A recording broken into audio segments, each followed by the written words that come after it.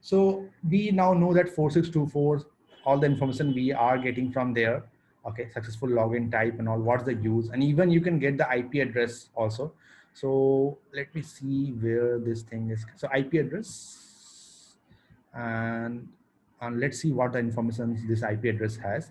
So it will also tell you the IP address of the attacker and the port number from where it came. I will add some more information here. What is, okay, just one thing.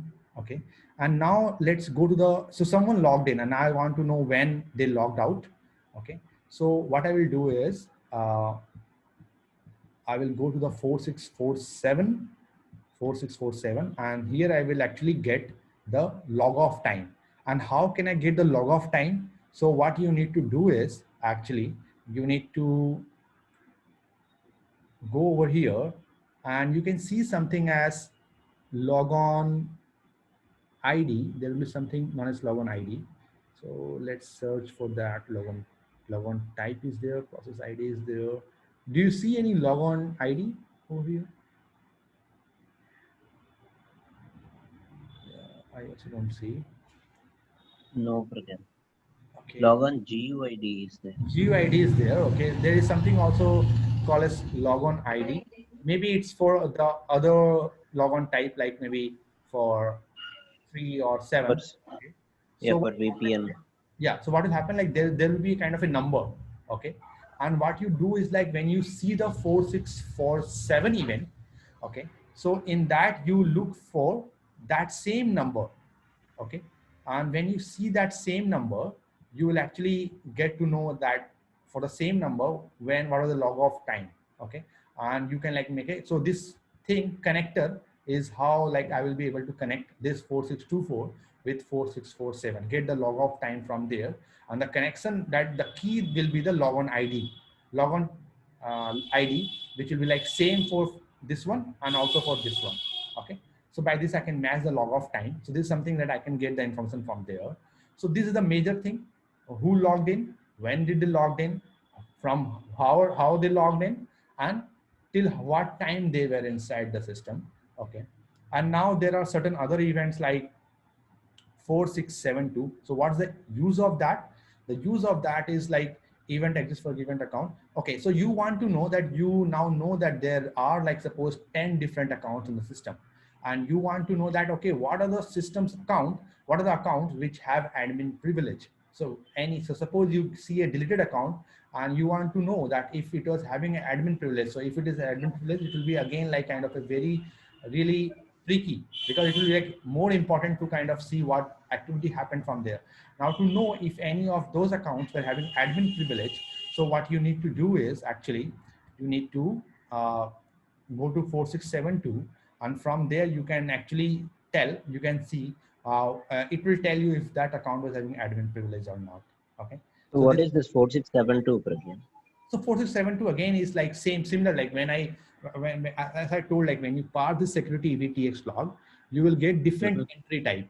Entry type will have Okay. an event ID like 4624, 4647, 4672. Okay, so now to know if accounts, which all accounts you got from 4624, you want to know if it is having any admin privilege, you check for all the entries which have the event type, event ID as 4672.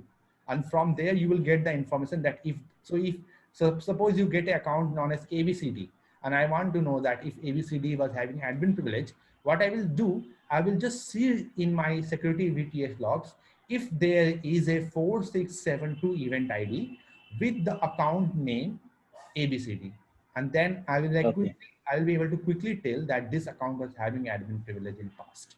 Got it? Got it. Got it. Yeah. And again, one Yeah. more question. Like, let us say some user has logged in, Yeah. and if he has deleted uh, that respective account, Okay. so let us say ABC has logged in, Mhm. and he has deleted some um, XYZ account. Okay.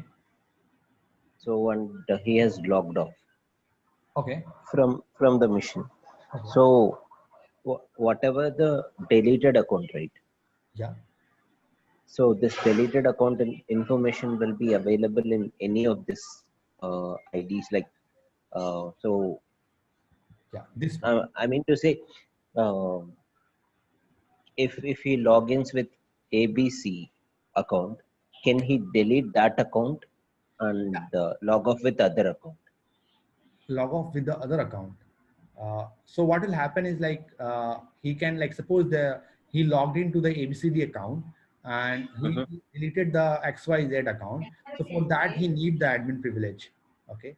And Okay, okay, yeah, so first you need to know that if that account has an admin privilege, and if it is, then obviously the attacker can delete that account. So what you need to do, and then it will log off. So what you need to do is, how you will be like able to solve this mystery is that when you see like 4624 event ID, you saw that, okay, on 5th of September on 10 o'clock, someone actually logged into the ABCD account. Okay. And at 10 a.m. Okay. And at 11 a.m. they logged out. The attacker logged out from that ABCD account. And in between that event, you see another event 4726 for account XYZ. And now you can tell with 100% accuracy that that account, whoever logged into that account, actually deleted that account based on the time frame. Got it? okay, okay. Got it. Got it. Yeah. So this is something again, like let's go to 462, 4672 is done. And this is again, like suppose 5140. So 5140, what's the use?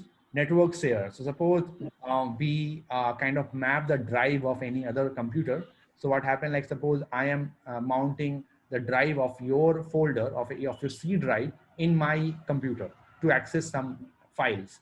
Okay. So what will Mhm. happen? The 5140 event ID will be recorded in the in your system, that someone actually mapped the file. And what I think is that this will also maybe recorded in the target side as well as the source side. Okay. So it will tell you actually like what was the network share was done, what was the drive that was accessed by the attacker, and IP address of the attacker who logged in. So this is mainly recorded in the target. Okay.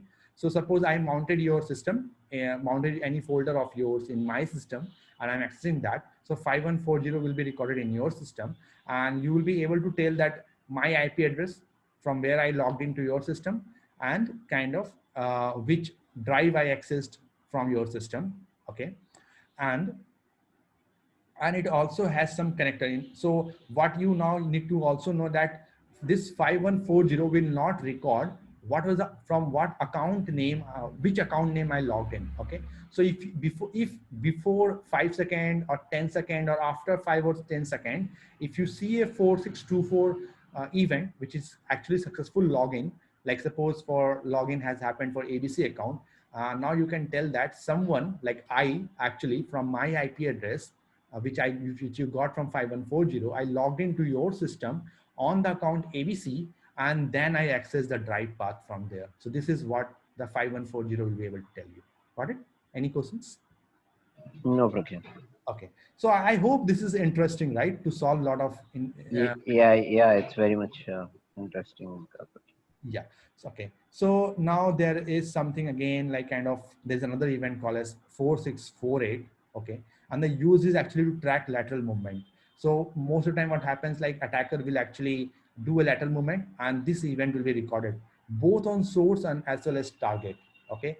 So on target, the information will be logged in as uh, which account was logged in, and like uh, from where the attacker logged in and which account they logged in. And in the source also, it will tell you that when that logged in to other account actually happened. So I have to still fill this part, what all things will come in the source, what will thing will come in target. So 4648 will actually be kind of, suppose you are seeing a 4648 event, you need to know that are you seeing a target based 4648 or a source based 4648. I hope I am clear, right? Saini? Any questions? No problem. Okay. It's clear. Problem. Yeah. So it's not that the forces for it will only be recorded in target. Okay. So that suppose the you need to know that so this will actually tell you, if you know that how to differentiate if this forces for it has been recorded on source or target, you will be able to tell that, okay, like for this like for this one, you can tell, suppose this 4648 happened over here, okay, and Okay. there will be 4648 event ID, and you have to kind of see if that 4648 signifies a target or a source, and based on that, you can tell that, okay, C2 got compromised by C1 from the same 4648, and from the same 4648, you can also tell that from C2, someone logged to C4, C5, and I mean, C. how can we tell that plugin like Okay. C2 got compromised from Yeah. C1 So or there, C1 is getting compromised from C2? yeah, yeah. So there is a way to do that. Okay, and let me see if I can show you. Okay, just give me. So now you are seeing the mind map, right? Yeah, Pragyan. Oh, okay, got it.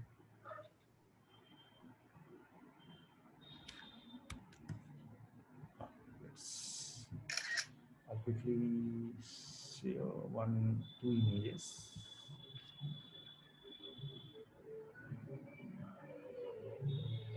Okay, just 1 second.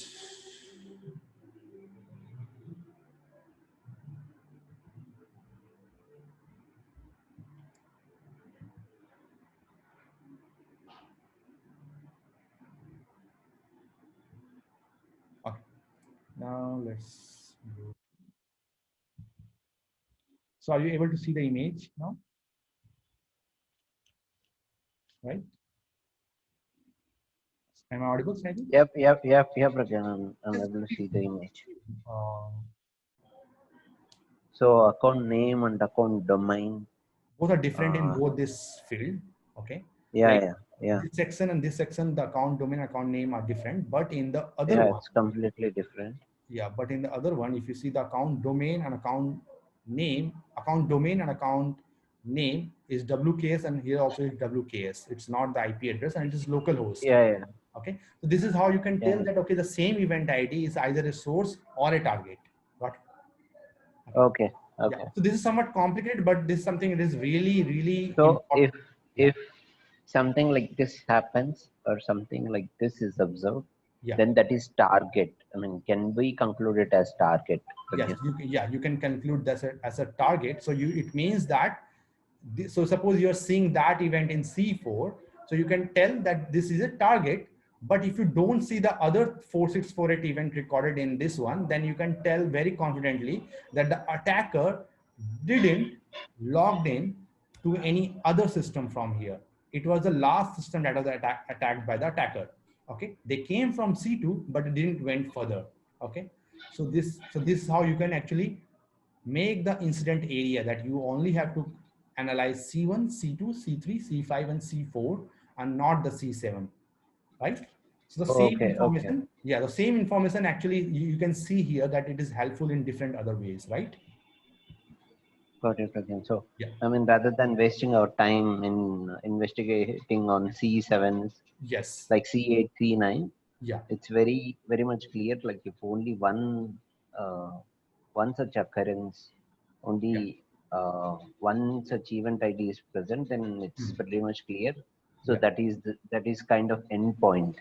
Endpoint, correct. Yeah, that's Yeah. kind of like that. So similar thing will be showing up in C3, C5, and C4.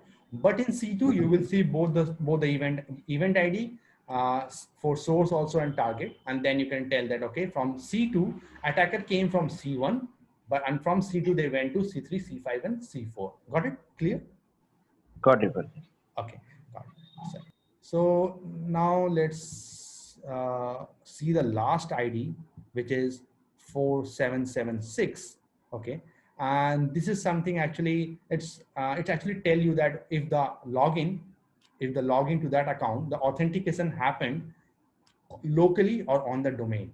Okay, so if there is a local admin account, so what will happen, 477, so suppose you got different account name and you want to know that if that account is a domain account or a local account, so that thing you can get it from the 4776 again, that if you see a 4776 event for a account name ABC, then you can tell that that account is a local account. But if suppose you have your own company ID, so what happened, the authentication happened in domain controller. Okay, and you will not be seeing 4776 event ID in your system for your account name, By that, you can confirm that, okay, that account, your account is a domain account, but there are other local account like administrator and all. That's something which is local account. So this is something, there are a lot of information that you can like kind of connect and gather a lot of details and kind of do the investigation for lateral movements. Okay. And post you like kind of get the malware, you perform the memory and binary forensics, but you also need to know what all system you need to, what all systems were compromised, and kind of how the attack happened, what was the loophole. And for those things, you need to know this event ID analysis part. Got it? Got it, Pragyan. And what is this? Yeah. Yeah. What is that application, Pragyan, where you are? This I one? mean, I think it's something which you are creating by your own, if I'm not wrong. This one? Yeah. Yeah, yeah. Yeah, So all this. this one I'm creating for my own thing. Actually, I'm Mhm. automating all the forensics. So malware, there are different softwares of mine which perform the RAM forensics and other stuff for me. Okay. And for it, so again, for this forensics, I'm performing like making this mind map and automating the stuff. Okay. And post that, I will like actually connect both the stuff, this forensics and kind of malware forensics. And then it will be like kind Mhm. of a full-fledged software where I don't have to invest. Suppose I get an incident, I don't have to invest uh, any like where I would invest right now. I'm investing like suppose 3 or 4 days. I will just kind of complete task in like maybe 1 hour. The whole thing is done very fast and very concise, clear, because you can see how complex it is. And for a normal analysis, it's not easy to kind of track all the things, right? They can forget the Yeah, stuff, yeah. right? Yeah. So with the computer automated part, it will be like a really kind of easy to kind of go on. Okay. And then it will also tell me like, okay, what kind of attacks were there based on what the software is saying. It will tell me what the attacks were there. Like there is something called as pass the hash attack. It will tell me the target, what was the target, what was the source, was there any domain controller involved, something like that. Okay. So what will I will